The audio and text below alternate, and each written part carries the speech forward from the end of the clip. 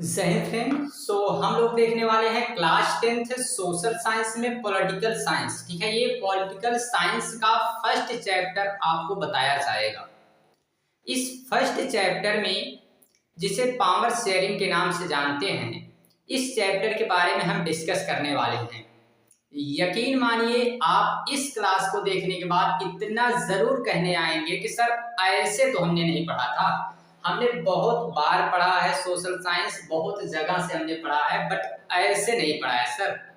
आप इस बार क्या लेके आ गए? इतना बेहतरीन तरीके से कौन पढ़ा देता है? तो फिर ये इस तरीके से आपको पढ़ाया जाएगा इस बार, बिना किसी टेंशन के। सारी चीजें क्लास में आपको याद करा दी जाएंगी, एकदम टेंशन नहीं लेना है। सारी चीजें आपको क्लास में याद हो जाएंगी, इस बात की प्रॉमिस हम कर रहे हैं। बस कुछ नहीं करना है हमारे साथ, बस बैठे रहना है, बाकी कुछ नहीं करना है। चलिए स्टार्ट करते हैं हम लोग यहाँ से अपना फर्स्ट चैप्टर। इसके बारे में कुछ छोटी छोटी बातें पहले आप समझते हुए चलिएगा हमारे साथ, ठीक है। चलिए सर बता दीजिए, आपके साथ अगर हमें समझना है तो क्या क्या चीजें आप समझाएंगे। देखिए, ये है सामाजिक विज्ञान। सामाजिक विज्ञान सोशल साइंस जिसे कहते हैं, इसमें चार अलग अलग चैप्टर, चार अलग अलग यहाँ पे सब्जेक्ट रहते हैं। कौन कौन से सब्जेक्ट रहते हैं? तो भैया फर्स्ट नंबर पे हिस्ट्री रहता है, सेकंड पे जियोग्राफी रहता है, थर्ड पे पॉलिटी यानी पॉलिटिकल साइंस, और फोर्थ नंबर पे रहता है इकोनॉमिक, जिसे हम अर्थशास्त्र या अर्थव्यवस्था कहते हैं। वो हम समझेंगे क्या चीजें उसके बारे में होती हैं। कुछ भी टेंशन नहीं लेना है। अगर आपको बहुत सारी चीजें आती हैं तो अच्छी बात है, कुछ नहीं आती है तो डबल अच्छी बात है। ये हमारा बहुत ही एक अच्छा सा सिद्धांत रहता है। इसमें हम पॉलिटिकल साइंस पहले देखने वाले हैं। इस पॉलिटिकल साइंस का एक चैप्टर है, जिस चैप्टर का नाम ही क्या है भैया? तो इस चैप्टर का नाम है पावर शेयरिंग। जी हाँ, इस चैप्टर का नाम है पावर शेयरिंग। अब पावर शेयरिंग का सिंपल सा मतलब क्या होगा, इस बारे में पहले हम समझेंगे, फिर सारी चीजों के बारे में हम लोग आ जाएंगे। पावर शेयरिंग इस चैप्टर का नाम है, ठीक है। इस चैप्टर का नाम क्या है जी? पावर शेयरिंग इस चैप्टर का नाम है। पॉलिटिकल साइंस का ये फर्स्ट चैप्टर हमारे पास समझना है। कुछ नहीं आता आपको तो फिर बहुत ही अच्छी बात है, क्योंकि सारी चीजें तो हम बताने के लिए आए ही हैं। अगर आपको आता भी रहे और हम बताएं तो फिर कोई इसमें मजा नहीं है। कुछ ना आता हो तो बताएं तो फिर देखिएगा, और कुछ आता भी हो तब भी हम बताएं तो फिर देखिएगा आप क्या ही चीजें, लॉजिक इसमें क्या इस तरह आपको मिलती रहती हैं। इन सारी चीजों के बारे में हम आपको बताने वाले हैं। तो चलिएगा देखिएगा, इस पावर शेयरिंग के बारे में सबसे पहले तो समझ लेते हैं कि पावर शेयरिंग है क्या, यानी जिसको हम लोग बोलते हैं सत्ता की साझेदारी। इसका मतलब क्या है? तो पावर शेयरिंग कहते हैं किसको है, पहले तो यही हम समझ लेते हैं, इसके बाद ही आगे की चीजें हम समझते हैं, ठीक है ना। तो पहला हमको क्या समझना है भैया कि पावर शेयरिंग है क्या। इस पावर शेयरिंग के बारे में ही हम लोग समझ लेते हैं। देखिएगा, बिल्कुल भी टेंशन नहीं लेना है। सारी चीजें हम यहाँ से आपको कवर कराने के लिए ही आए हैं, तो सारी चीजें आपको हम कवर करा के ही यहाँ से छोड़ेंगे, ठीक है। चलिए आते हैं, और फर्स्ट यहाँ से हम क्या समझते हैं। फर्स्ट चीजें ये समझ लेते हैं हमारे पास। ये पहला है कि पावर शेयरिंग का मतलब क्या होता है, ठीक है। तो पहली बात हमें ये समझनी है कि ये जो सर आप पावर शेयरिंग बता रहे हैं ना, इसका मतलब तो बताइए, फिर हम चैप्टर पे आते हैं। जो भी अगर आप चैप्टर पढ़ाना चाहते हैं तो पहले ये हमें बता दीजिए कि इसका क्या मतलब है। तो देखिए, इसका सिंपल सा मतलब है, पावर शेयरिंग का मतलब है कि सत्ता की साझेदारी, यानी कि जो भी सरकार चले, जो भी सरकार यहाँ चलने वाली है, जो भी सरकार रहेगी, इस सरकार में सभी धर्म जाति सभी वर्ग के लोगों की समान भागीदारी हो, सभी लोग इसमें शामिल हों, उसी को नाम दिया जाता है सत्ता की साझेदारी। जी बड़ी सिंपल सी बात है, कुछ भी नहीं कहा गया इसमें। इसमें बस इतनी सी बात कही गई है। सत्ता की साझेदारी का सिंपल सा मतलब है कि किसी भी शासन व्यवस्था में हर समूह के लोग शामिल हों, हर एक जाति के, हर एक धर्म के लोग शामिल हों, तो उसी को हम लोग क्या नाम देते हैं? उसी को कहते हैं सत्ता की साझेदारी, पावर शेयरिंग। यानी कि अगर हम पावर शेयरिंग की बात कर रहे हैं, यानी ये जो सरकार है, ठीक है सर, ये जो सरकार है आपने बताया, तो इस सरकार के पास हमें क्या क्या चीजें देखने को मिलनी चाहिए। इसमें अगर हम बात करते हैं तो हमें यहाँ से बहुत सारी चीजें सर ना देखने को मिलनी चाहिए। पहली, इसमें हर एक धर्म के लोग हों, फिर चाहे वो हिंदू हो, ठीक है, अगर कोई हिंदू है तो भी इसमें शामिल होना चाहिए, ठीक है सर। अगर कोई मुस्लिम है तब ये भी सभी इसमें शामिल होना चाहिए, जी बिल्कुल, मुस्लिम भी इसमें शामिल होगा। अगर मान लीजिए सर जी, हाँ, अगर कोई पुरुष हुआ तो क्या इसमें शामिल होगा, जी बिल्कुल, पुरुष भी इसमें शामिल होने वाला है। मान लीजिए सर जी, मान लिया अगर इसमें महिला है कोई तो महिला भी इसमें शामिल हो जाएगी, ठीक है।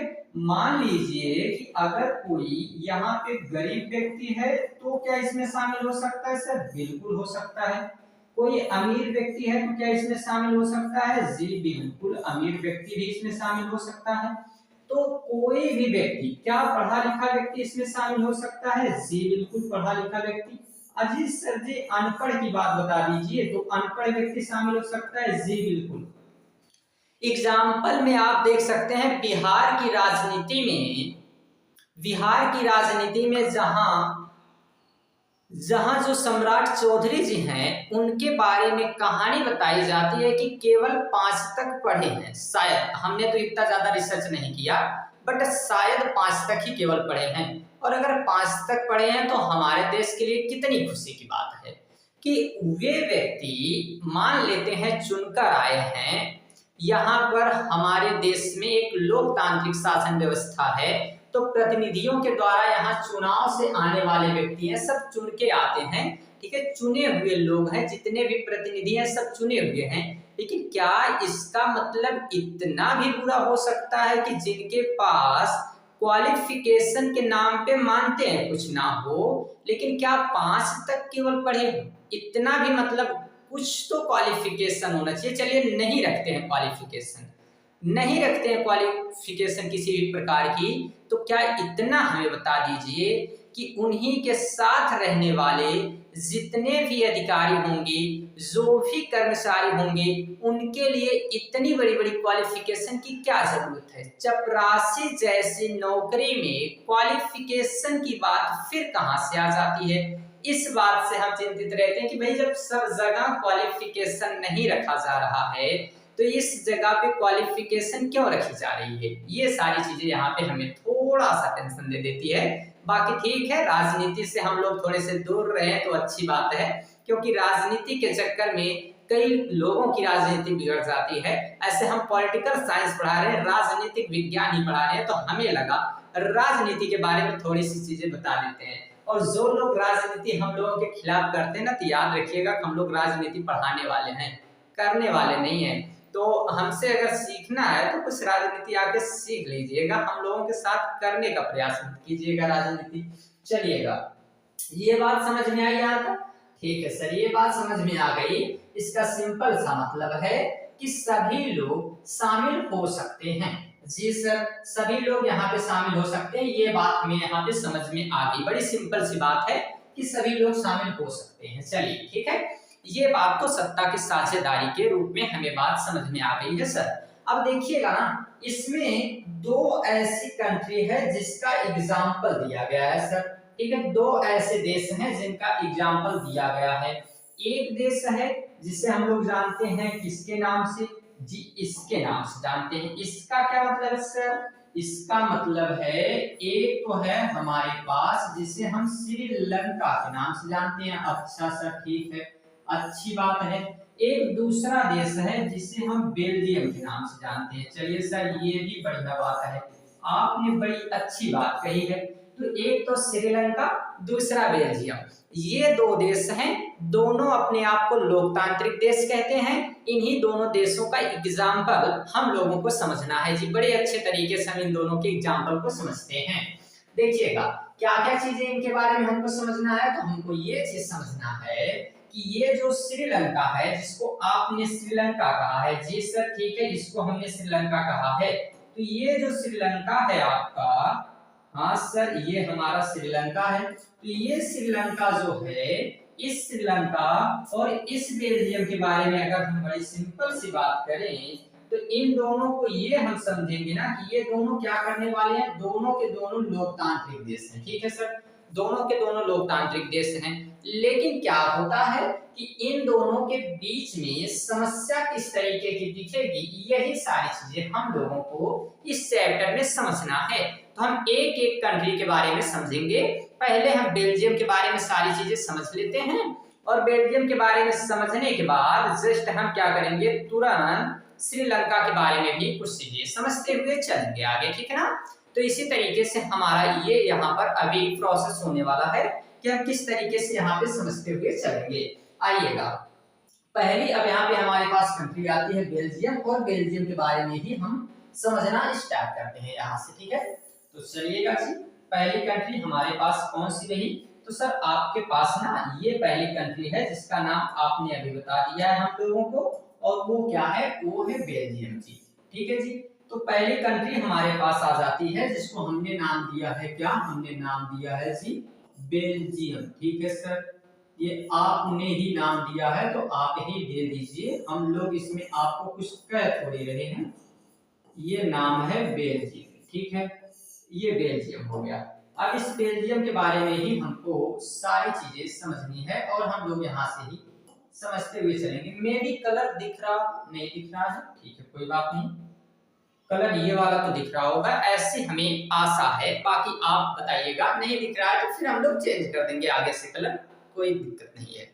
तो बेल्जियम के बारे में क्या क्या चीजें समझनी है, देखिए फर्स्ट पॉइंट ये याद रखना है कि ये जो बेल्जियम है, ठीक है सर, ये जो बेल्जियम है ना, इस बेल्जियम में पहली बात ये याद रखना है कि ये यूरोप का एक देश है, ठीक है सर। ये यूरोप कहां से आ गया, तो यूरोप क्या है, यूरोप एक महाद्वीप है, ठीक है। यूरोप क्या है, यूरोप एक महाद्वीप है, और इस यूरोप महाद्वीप का एक छोटा सा देश है। अच्छा सर, यूरोप महाद्वीप का एक छोटा सा देश है, हाँ।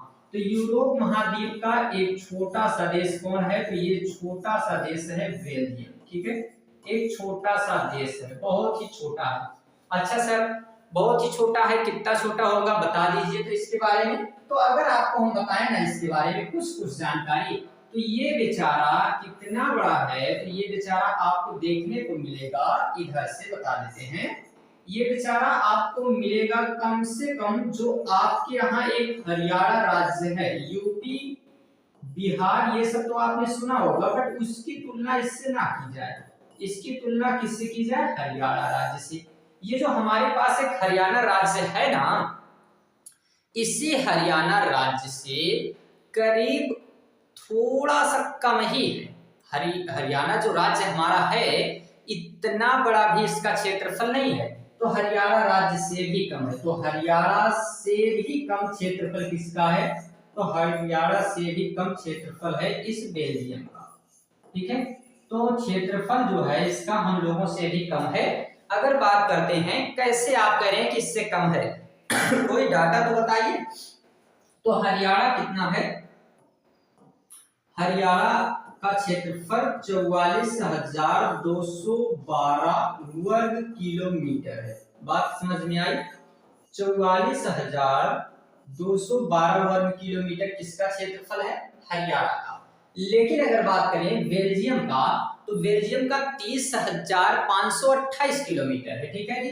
तो 30,528 किलोमीटर किसका है, तो 30,528 वर्ग किलोमीटर आ जाता है हमारे पास बेल्जियम का, ठीक है। ये किसका क्षेत्रफल है, तो ये भैया क्षेत्रफल है बेल्जियम का, और ये जो हमने बताया ये हरियाणा का। तो अब आप भी कह सकते हैं कि हाँ सर, इस आधार पे तो हरियाणा से छोटा है कौन, बेल्जियम। ये बात समझ में आ गई, तो हरियाणा से छोटा है, बड़ी सिंपल बात है, इसमें कुछ भी अभी लॉजिक वाली बातें हैं ही नहीं, ठीक है, अभी सिंपल बात है बस। दूसरी बात क्या है कि अगर सर क्षेत्रफल बता दिए तो इसकी जनसंख्या बताइए कि इसकी जनसंख्या कितनी है, ठीक है। तो इसकी अगर जनसंख्या की बात करें ना, तो इसकी जनसंख्या अगर हम लोग देखते हैं, तो यहाँ पर हमें ये बात समझ में आएगी कि सर इसकी जनसंख्या जो है वो कितनी है। तो जनसंख्या भैया ये हरियाणा की जनसंख्या से बहुत कम है, लगभग आधी। जनसंख्या कितनी है, लगभग आधी। लगभग आधी क्यों कहा जा रहा है, तो ये अगर हम बात करें तो लगभग 1.18 करोड़ के आसपास है जनसंख्या इसकी। और जबकि हरियाणा की बात करें तो हरियाणा की जनसंख्या लगभग 3.25 करोड़ के आसपास है। बात समझ में आ रही है? तो हम लोगों की जो हरियाणा राज्य है हमारा, उस हरियाणा राज्य के लगभग आधी जनसंख्या से भी कम है जनसंख्या, ठीक है। लेकिन ये तो क्या है, ये अभी बेल्जियम का हम लोग स्ट्रक्चर बता रहे हैं कि ऐसा ऐसा बेल्जियम है, ठीक है। ये तो यहाँ की जनसंख्या, यहाँ के क्षेत्रफल के बारे में हमने बताया। अब यहाँ समस्या जो है मेन, उसके बारे में हम लोग समझते हैं। तो देखिएगा ना, ये है हमारे पास जो ये बेल्जियम ही है। चलिए सर, इसको आपने पहले क्यों रखा है? तो इसको हमने रखा है जी इसलिए क्योंकि आपको ना यहाँ हम दिखाते हैं, ठीक है सर, दिखा दीजिए। तो ये जो फोटोवा आपको दिख रहा है, इस फोटोवा में ये जो बेल्जियम है, इसी के बारे में हमको समझना है, ठीक है सर। क्या समझना है? ये पूरा का पूरा जो बेल्जियम है, ये दो भागों में बटा हुआ है। अच्छा सर, ये ऐसे दो भागों में हमने इसको बांट दिया। चलिए, ये दो भाग में हम इसको बांट देते हैं यहाँ बीच, ठीक है। कलर अगर ये नहीं दिख रहा हो तो यहाँ रेड कलर बहुत अच्छा ही दिखता है, तो इस कलर से हम इसको बांट देते हैं यहाँ से, ऐसा ये बांट दिए हम दो कलर में, ठीक है। इसे हमने अलग अलग कर दिया। ऐसे बेल्जियम का एक मैप हमें बना देना चाहिए था, बट हमने नहीं बनाया। तो लगेगा तो ठीक है, आगे से प्रयास करेंगे कि जो भी हो, तो ऐसे रखने से बेटर है, बना देंगे हम, ठीक है। मैप बनाने में बहुत एक्सपर्ट हैं, तो बना देते हैं, बड़ाई नहीं कर रहे हैं, सच्चाई कर बता रहे हैं। ये है हमें हमारे पास बेल्जियम। अब देखिएगा, इस बेल्जियम में ये ऊपर वाला हिस्सा नॉर्थ कहलाएगा, नीचे वाला हिस्सा साउथ कहलाएगा। बात समझ में आ रही है? सिंपल सी बात, नॉर्थ और साउथ, कुछ नहीं दिख रहा है उसमें, कोई बहुत बड़ी टेंशन की बात नहीं है। हमने यही सिंपल सी बात कही कि ये हमारे पास बेल्जियम है। इस बेल्जियम में ऊपर वाला हिस्सा नॉर्थ कहलाएगा, नीचे वाला हिस्सा साउथ कहलाएगा। बस इतनी सी बात हमने बताई, ठीक है। इतनी सी बात आपको याद रखनी है, इससे ज्यादा कुछ नहीं याद रखना है इधर, ठीक है। इतना याद है? चलिए जी आगे आते हैं। अगर इतनी सी बात आपको पता है, तो हमने आगे ये बताया कि ये जो ऊपर नॉर्थ वाला पार्ट है ना, इसको नाम एक देते हैं, और वो नाम आपको याद रखना है फ्लेमिश। क्या बोलते हैं सर? इसको बोलते हैं जी फ्लेमिश, ठीक है। और जो नीचे वाला भाग है, इस नीचे वाले भाग को हम नाम देते हैं वेलोनिया। बात समझ में आ रही है? बस इतनी सी बात याद रखना है। जो ऊपर वाला भाग है, इस ऊपर वाले भाग को हम नाम देते हैं फ्लेमिश। जो नीचे वाला भाग है, इस नीचे वाले भाग को हम कहते हैं जी वेलोनिया। इतनी सी बात है, इससे ज्यादा कुछ याद ही नहीं रखना है। और मामला आगे बढ़ता है तो बढ़ा दीजिए सर, इसमें हम डरते हैं क्या किसी के मामले से? चलिए आगे बढ़ा देते हैं। आगे जब बढ़ाते हैं तो इस जो फ्लेमिश नाम का ये स्थान है, ये जो पूरा क्षेत्र है, ये फ्लेमिश है पूरा। तो इस फ्लेमिश में रहने वाले जो लोग हैं, ये एक भाषा बोलते हैं, और वो भाषा क्या है? तो वो भाषा है डच भाषा, ठीक है सर। ये भी हमने मान लिया कि जो फ्लेमिश वाले भाग में रहने वाले लोग हैं, ये कौन सी भाषा बोलते हैं? डच भाषा बोलते हैं। एक मिनट रुकिएगा, थोड़ा सा जस्ट, हाँ हाँ बताओ। हाँ ठीक है, हम थोड़ा वीडियो बना थी, अब कह रहे जाएंगे तो जा सकते। हाँ ठीक।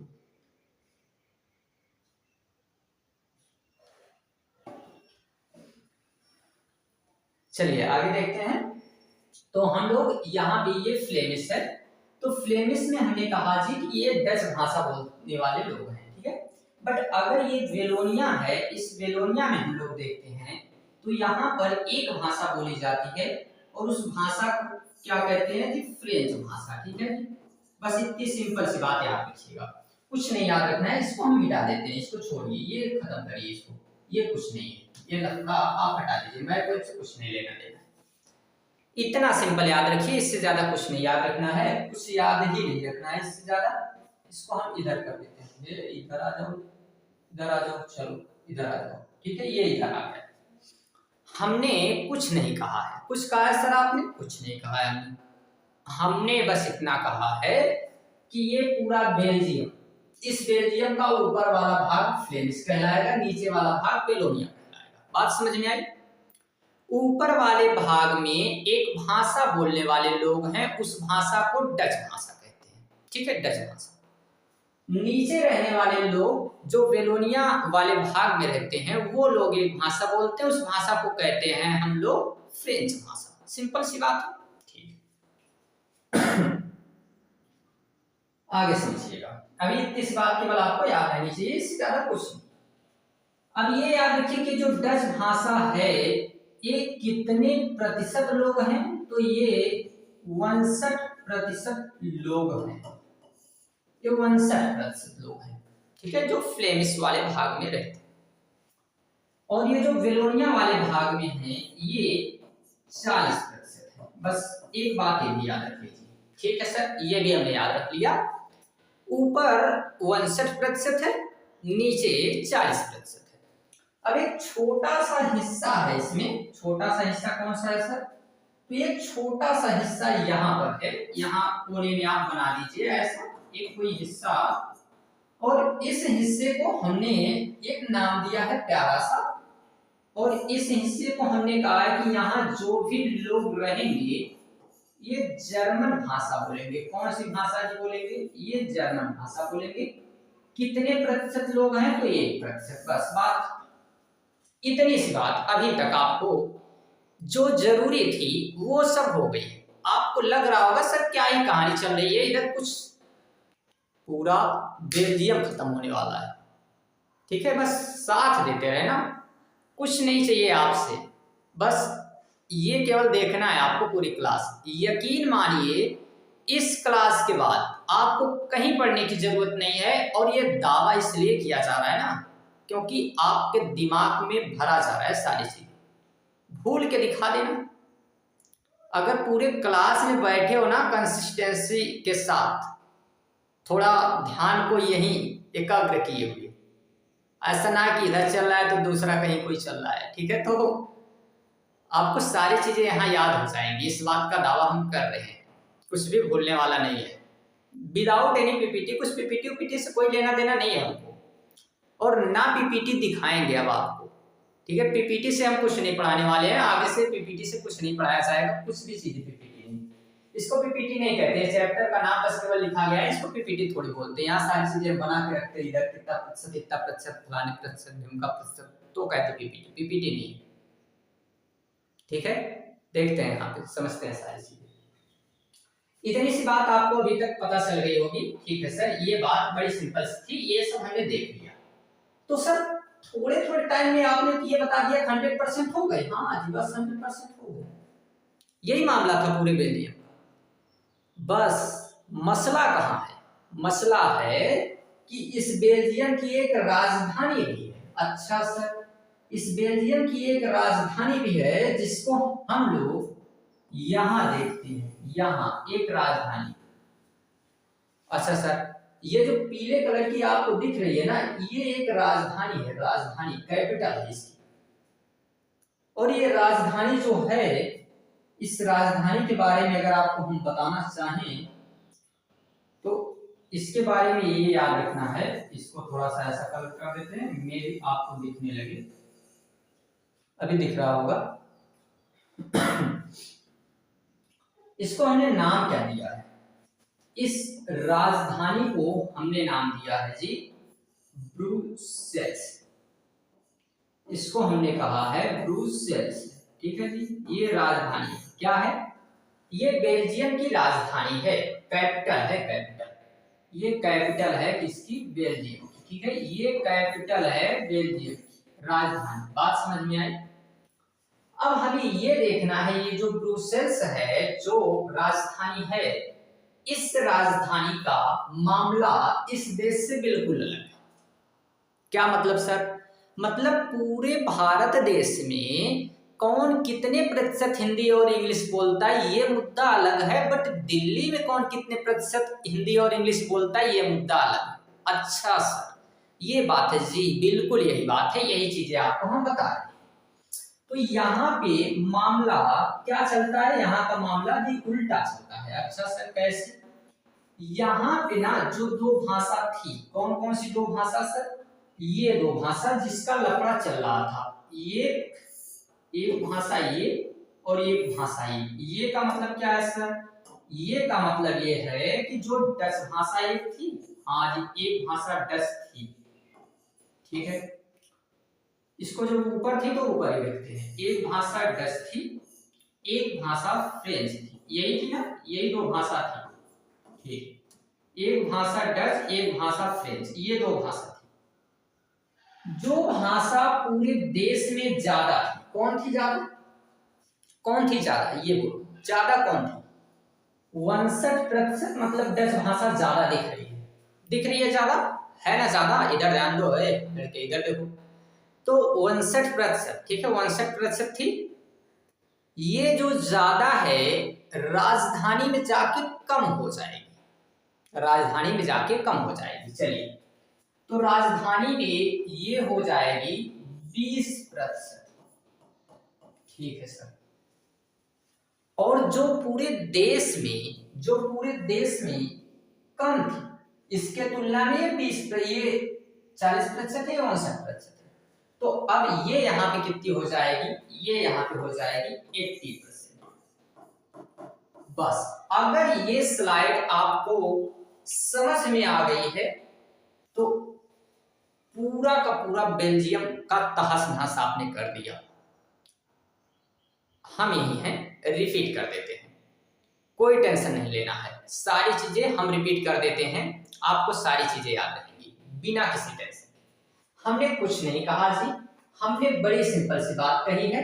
सिंपल सी बात हमने इतनी सी कही है कि एक हमारे पास क्या है, एक हमारे पास ऐसा देश है, इस देश को हमने बेल्जियम कहा, इस बेल्जियम को हमने दो भागों में बांटा, दो भागों में हमने बांट के ऊपर वाले जो भाग को हमने कहा, क्या कहा है, इस ऊपर वाले भाग को हमने फ्लेमिश कहा है, ठीक है जी, नीचे वाले भाग को हमने वेलोनिया कहा है। बस इतनी सी बात हमने अभी आपको बताई, ठीक है। हाँ सर ये दो बात तो हमें पता है। यहाँ पे एक भाषा डच बोलते हैं, ये हमने आपको बताया, जिनकी संख्या है 59%, बात समझ में आ गई। इधर एक हमने भाषा बोला कि ये फ्रेंच भाषा बोलते हैं, और ये फ्रेंच भाषा बोलने वाले 40% हैं। यहाँ 1% लोग थे जो कि जर्मन भाषा बोलते थे, ये भी बात आपने बता दी सर जी, ये 1% लोग थे। लेकिन आपने इसके बाद एक लफड़ा और फंसा दिया था, वो लफड़ा क्या था कि यहाँ एक दूसरा मामला था राजधानी का, और ये राजधानी क्या थी जिसको आपने नाम दिया था जी ब्रुसेल्स, ठीक है सर। आपने इसको ब्रुसेल्स कहा था। यहाँ पे आपने दो चीजें बताई थी, आपने कहा था जो पूरे देश में ज्यादा है वो यहाँ कम रहेंगे, जो ज्यादा है मतलब जो डच थे तो ये यहाँ पे 20% हो गए, और ये जो फ्रेंच थे ये यहाँ पे कितने हो गए, ये यहाँ पे 80% हो गए। बस मामला इतना सा था सर, ठीक है, यही बातें तो आपने बताई है, तो ये बातें तो हमें पता है, बस खत्म, बेल्जियम खत्म। क्या सर बेल्जियम खत्म? बिल्कुल खत्म। क्या करना है समझो। अब देखो देखो ओवरऑल में मतलब पूरे में सबसे ज्यादा संख्या राजधानी को छोड़कर किसकी है? डच की है, डच भाषा बोलने वालों की। लेकिन ये गरीब है, मामला यहां फंसता है। ये लोग कैसे हैं? ये गरीब है, गरीब, आर्थिक रूप से समृद्ध नहीं है, पढ़े लिखे नहीं है, आर्थिक रूप से समृद्ध नहीं है, ठीक है, थोड़े से कमजोर है। लेकिन ये जो है 40%, ये आर्थिक रूप से बहुत ही समृद्ध हैं, ये समृद्ध लोग हैं, पढ़े लिखे लोग हैं, पैसे खूब हैं इनके पास, तो लड़ाई होगी दोनों में। ये ज्यादा की वजह से अपने को दमदार समझेंगे, ये पढ़े लिखे होने की वजह से खुद को दमदार समझेंगे, तो दोनों में भाषा को लेके यहाँ विवाद होगा। तो भाषा को लेके ये जो विवाद होगा, ये विवाद चलेगा कब से कब तक? तो इनके बीच में भाषा को लेके एक विवाद स्टार्ट होता है, मामला एक चलता है, और मामला क्या चलेगा? तो मामला चलेगा 1950 से 1960 के दशक में यहाँ पर बेल्जियम में विवाद चलता है इन लोगों के बीच में। ठीक है जी, इन लोगों के बीच में 1950 से 60 के बीच में विवाद प्रारंभ हो जाता है। इनके बीच में लड़ाई झगड़े जैसी बातें देखने को हमको मिलती है 50 से 60 के बीच में। अब इस मामले को यहाँ के लोग समझते हुए, राजधानी में इससे ज्यादा क्योंकि वहां 80 और 20 का कॉन्सेप्ट है, वहां तो और मामला फंस गया। तो अब होता क्या है, यहाँ पे होता ऐसा है कि ये लोग अब क्या करते हैं, ये लोग कहते हैं कि चलिए जी हम ना कोई ना कोई तो सॉल्यूशन होगा। तो नेताओं ने मीटिंग की और हमको बुलाया, कहा कि सर आइए आप आइए, एक मीटिंग है और बेल्जियम का मामला फंसा है। हमने कहा जी बताइए क्या बात है, ऐसे बहुत मामले हम लोग निपटा दिए हैं। बोले कि इस मामले में बताना आपको ये है कि क्या सॉल्यूशन निकाले कि सांप भी मर जाए लाठी भी ना टूटे। हमने कहा देखिए संशोधन कर दीजिए संविधान में। बोले अच्छा जी, तो यहां संशोधन कर दिया जाता है और 1970 से 1993 के बीच में यहां पर हमने 4 संविधान संशोधन करा दिए। अच्छा सर, यहां पे हमने 4 कॉन्स्टिट्यूशनल अमेंडमेंट करा दिया। अच्छा सर, ये आपने कराया था? जी बिल्कुल हमने कराया था।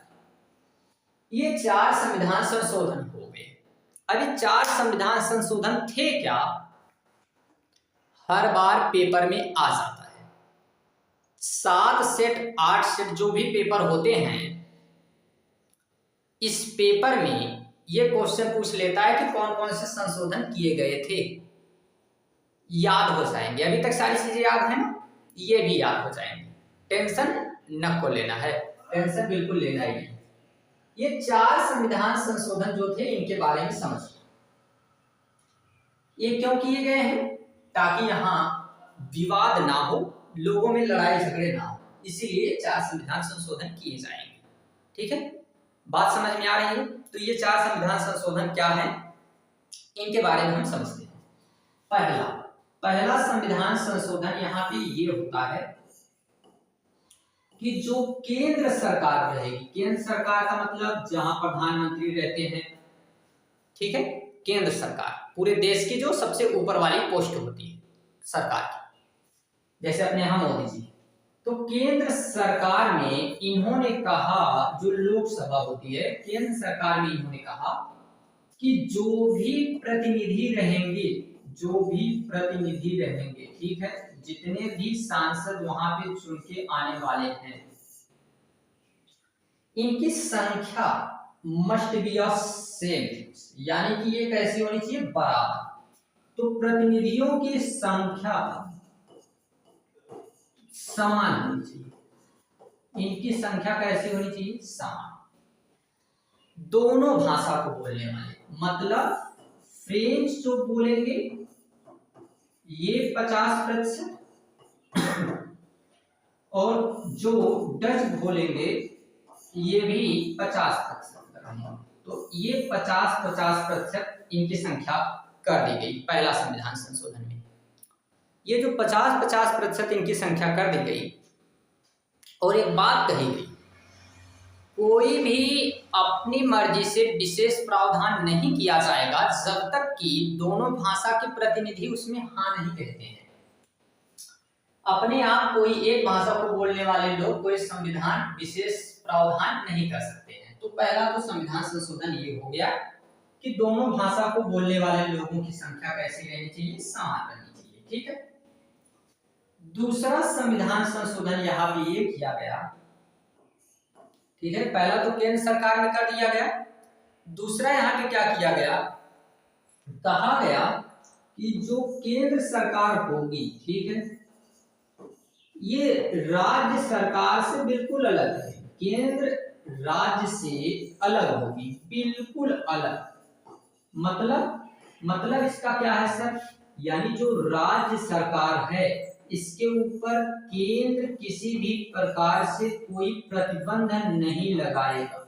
मतलब ये केंद्र के प्रतिबंधों से ऊपर रहेगी, मतलब भैया ये किसी भी तरीके से राज्य सरकार केंद्र सरकार के दबाव में नहीं रहेगी।